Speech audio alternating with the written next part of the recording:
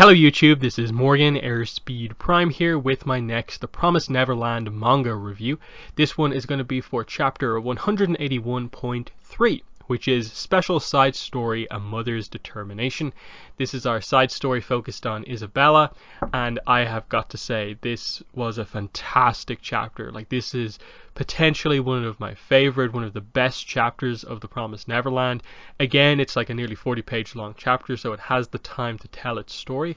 But this one feels really important, really well done. It hits the emotional beats that it's going for exceptionally well, and links into the story very nicely, because it's that final bit of context that you need, which in this case is, how did Isabella sort of convince the others to side with her? And they, introduce some other moms and more heavily focus on her specific, individually convincing them. That to us it was this massive reveal later on that, oh, she's actually on the kids' side, that she took this position to take them down from within. But how did she actually go about getting all these people on her side? Works really, really well. I believe this is the last of these sort of special side stories, at least for now. So I guess this is the proper, last chapter of The Promised Neverland.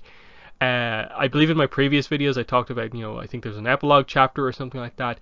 I think the situation there is that volume 20 of the manga, when it was released, had an edited, altered version of the final chapter that makes the ending a little bit better, but obviously doesn't really fix the core problems, which are more just that they left it until that one chapter to end it off. So I'll talk about that more when I get my copy of volume 20 translated properly in English, but for now we are focusing on 181.3, A Mother's Determination. So let's get straight into this here.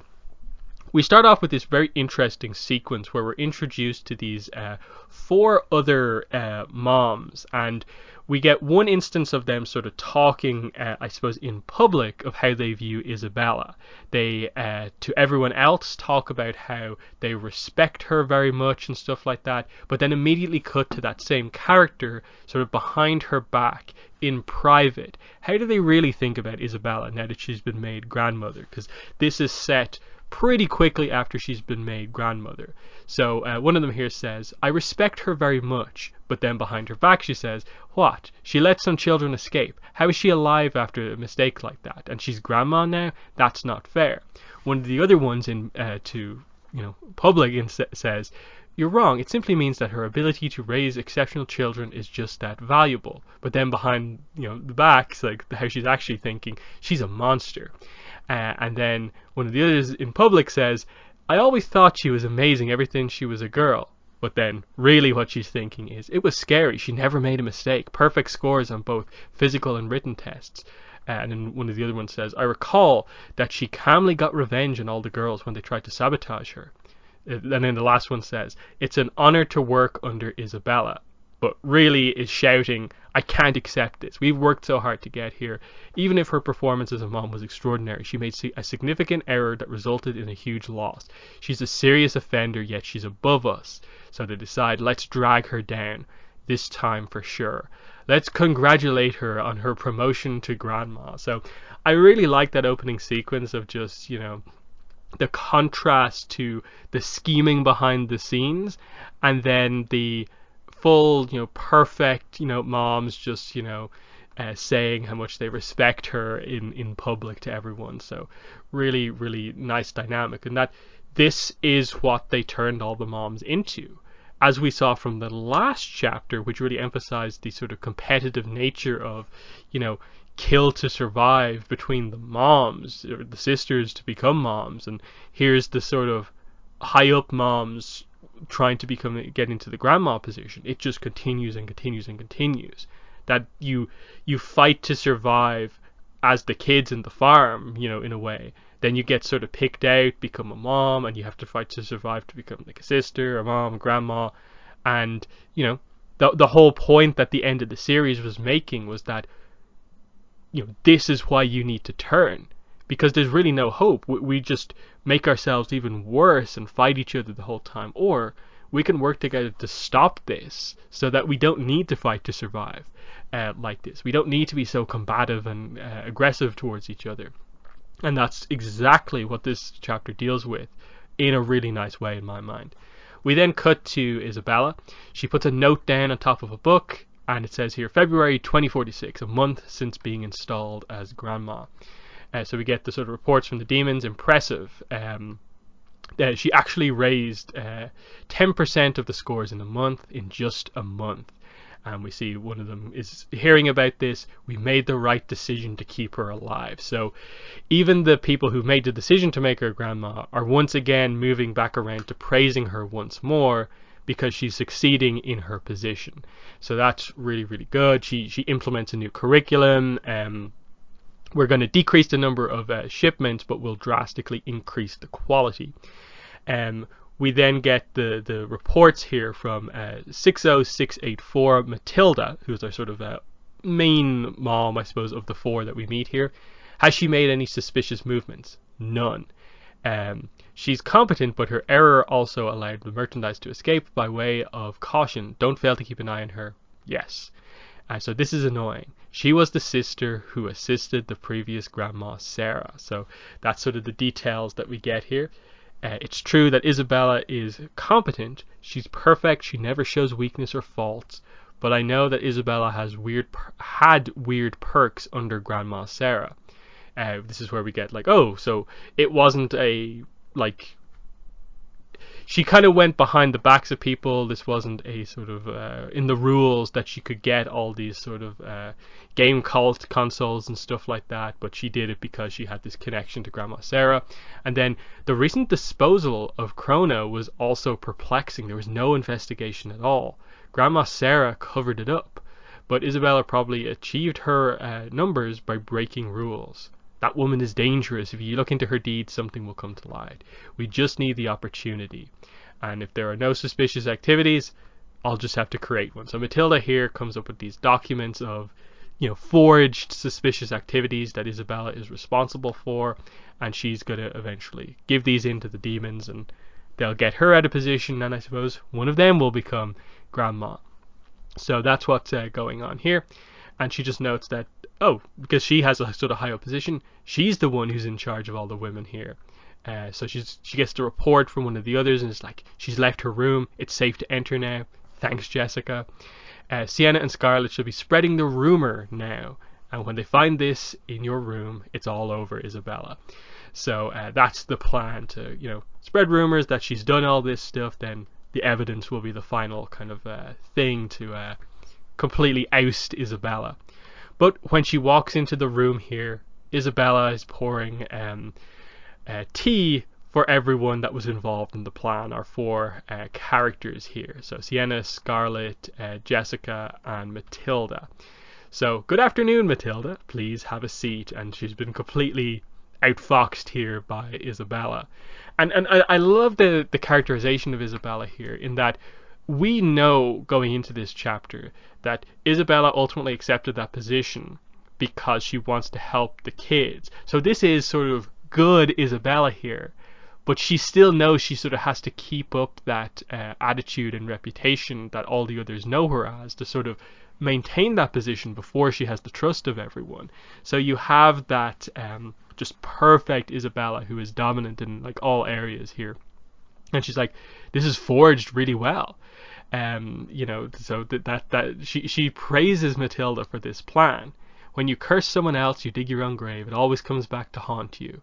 Now, what shall I do? And we get I suppose, this is where we, attach the names fully to everyone. This is Jessica, this is Sienna, this is Scarlet, this is Matilda.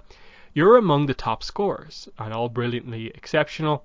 And among the sisters, these are the four closest to becoming moms. And it's a shame, there are no openings, and I understand you're getting impatient, but to use your power to force my seat open. And they're all like, oh no, she's going to kill us, isn't she?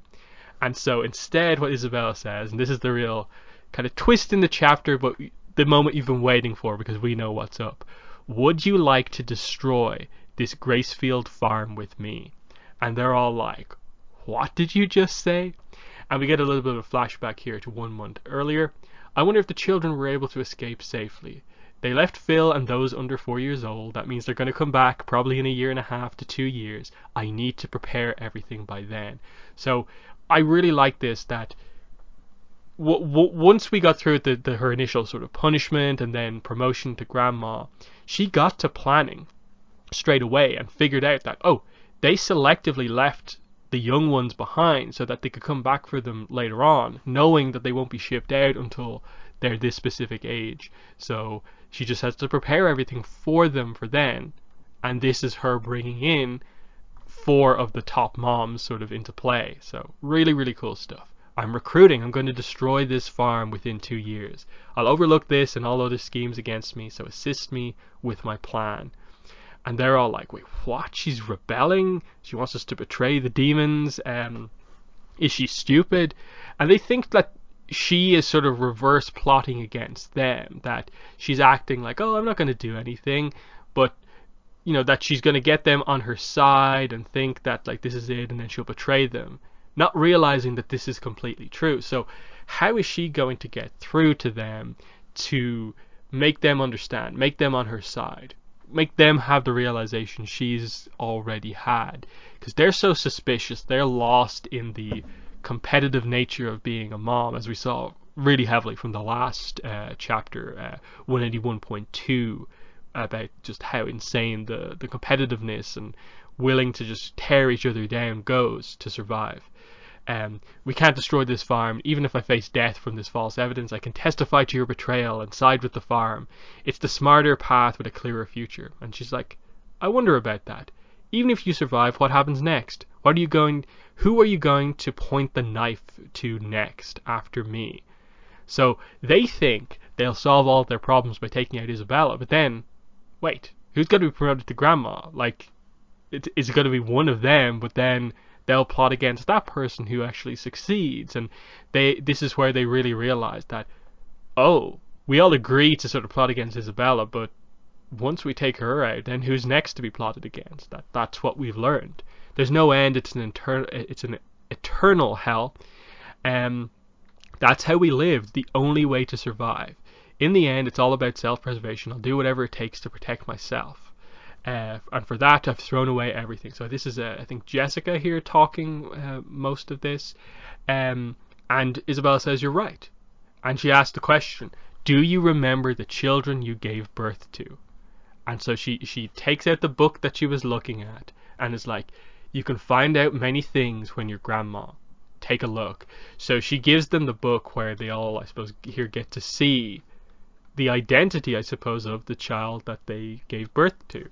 And she reveals, I was raising your children. They were at Plant 3. They're alive.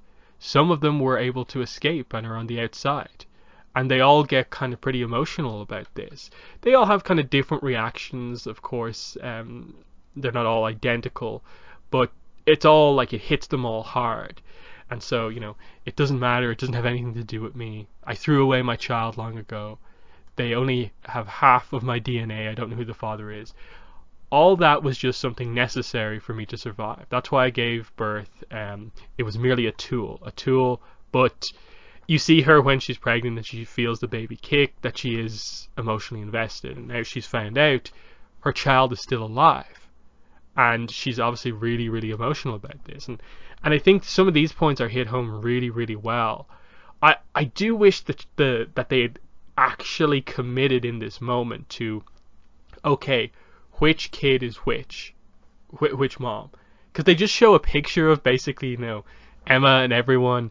I'm guessing with these characters, it is some of the younger ones, so the ones who are still there. But then Isabella does say some of them were able to escape and are on the outside, which almost suggests that potentially, for depending on one specific one, you know, one of our main characters this might be one of their mothers. I think that just would have been a cool thing to make the full connection there. And maybe we are able to maybe do that by just noting which of the kids looks the most like each of these 4 moms we've been introduced to. Because obviously we know from the flashbacks that they had the original ancestors of the, you know, cattle children from ancient times all sort of looked to some degree like most of the main characters. So they seem to do the art in these in a way where maybe visually we should be able to figure it out, but you know, we don't really know for sure. Anyway, so yeah, Do you want to create a world without shipments, a world where you don't have to compete with friends? Don't you want to change this world to one where you don't have to give up or throw things away? Doesn't it anger you? Compete. Don't think of others' lives. That's your only option. You have no choice. That's all what they want us to believe. They want to divide us because they fear we'll unite. It's no surprise. As long as we resign to fear and care about only ourselves, we're divided. We fight amongst ourselves in the palm of their hand. It is easy to control us. We've been pointing the knife at the wrong opponent. We need to stand together. Fortitude and solidarity are keys to winning. That is what my children taught me. I'll take full responsibility. I want to change our destiny. Please lend me your hand. I really love this whole speech here. This is perfect. She handles this ideally to kind of get the others on her side. Especially, you know, that's what she learned from the kids' escape attempt, was that work together, 100% working together. No one competing against the others, just hope and confidence that they can and will survive. And Isabella taking that to heart is going to be the thing that really changes things going forward. So yeah, really good stuff. We have Matilda here, drinks her tea and then announces, "I'm in," immediately. So she's been sort of the main character of the four new characters, and it makes sense here. It's very fitting. So the others sort of react to her reacting, and she's like, "I'm so dumb. All that I endured, my career's come to nothing. But it's fine. I was dumb to bow down to the monsters that ate my kind. Let's do it. If I can destroy this world by working with you, I will stand together with anyone. But on one condition. I want collateral to guarantee that you won't betray us. Insurance so that if the plan fails, you won't cut us off to save yourself." So this is where the note from before comes in. This is the note that like Krona had, it like his like Ray had it and stuff like that. This is kind of important. We never, I think, exactly knew what it was, but we finally get it here. Go ahead and give that note to the higher ups. It's better than some forged data. Tell them Isabella let them escape because her son was one of them. And so they're shocked by this, that, you know, they sort of realize in this moment that what they just felt after her giving them the book with the details of their own children, she has made the decision for the same reason about her own child. And you know, you get all the different characters here, but like they're all have different reactions to this, of like, "Oh, you've gone mad after all. We've never had a grandma like this. I'll believe in you too." So the other three drink their tea and they're in. Then it's done. The plan goes into action when the children return, and they will within the next 2 years, and I'm looking forward to it. They're the children who beat me. And so we get a quick flashback to the note, which is Ray writing it. "Dear Mother, the note Isabella gave us that day was a farewell note from her son." And so clearly we get that this is narrated from the perspective of the four moms sort of in the future. She was known as the Iron Lady, yet she kept a note that would become her weakness, and she probably didn't hold on to it to use as collateral. She kept it as the only treasure that was left, as the proof of the sin she bore. "Why did you come up with this plan?" she's asked by Matilda.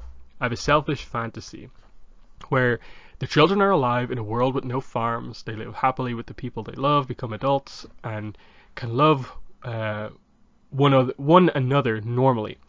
It's an egocentric wish because I'm pushing something I couldn't do onto them. But that is the future I want to realize right now." And then really, really fitting, and I really like this as the kind of ending here. They cut to these four characters in the future. So Matilda, Jessica, Scarlett, and what was the other name again?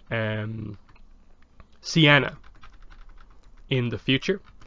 And they're at Isabella's grave. "We're all living well. We're happy, Isabella." And that's just really fitting, I think, of like Isabella convinced these four specifically to take a different path. They survived the whole incident. They're doing well. I think the thing that would have put this over the edge is if they had finally in the end confirmed, you know, which one is which, you know, which child is theirs and stuff like that. I get to a degree maybe making it too focused on just the sort of blood ties would have maybe taken away from the ending ultimately being about the family of all of the kids who live together at Gracefield, and that the kids overall have formed this massive family, and doesn't really matter necessarily who their mother is. But now that these characters have been introduced and you can kind of get behind them, it just kind of feels like surely at some point we can get the details on that some of them do want to maybe find out who their mother was, and that gets a chance to happen. But still, I really, really loved all the points that this hit on. How Isabella convinced them, the switch between, I suppose, the true Isabella and then sort of Grandma Isabella, and the act that she puts on. I like that the 4 characters here, even though you only had 1 chapter, they all roughly had their own kind of individual personalities, of just like Matilda is sort of the leader, Scarlet was sort of the most like emotional, sort of angry one, Sienna was more sort of shy and stuff like that. That kind of worked. Like they didn't just have these just be like 4 identical characters. That was good. And then it tied up a lot of interesting notes about, like, one, the note itself, and especially just bringing up the fact that, you know, the actual children of all the moms, that all worked, and it filled in a gap that I think we needed filled in. So yeah, huge high marks for me from this chapter. Like, this is sort of like, yeah, if you asked me to give this a score out of 10, I'd probably be like, yeah, 10 out of 10 for this one. I don't typically give that score out that often, but just I came out of this chapter not really having any complaints. I'm just kind of maybe wishing that maybe the other 2 chapters, like, you know, which were good, hit home as much as this. That if they could deliver a better epilogue to the overall series along the lines of like how satisfying this one felt, that'd be fantastic. But you know, it just shows the value of like how even just a couple of extra chapters after a little bit of a weak ending can change perceptions a little bit. In that I didn't feel particularly great about The Promised Neverland after the way the last chapter went.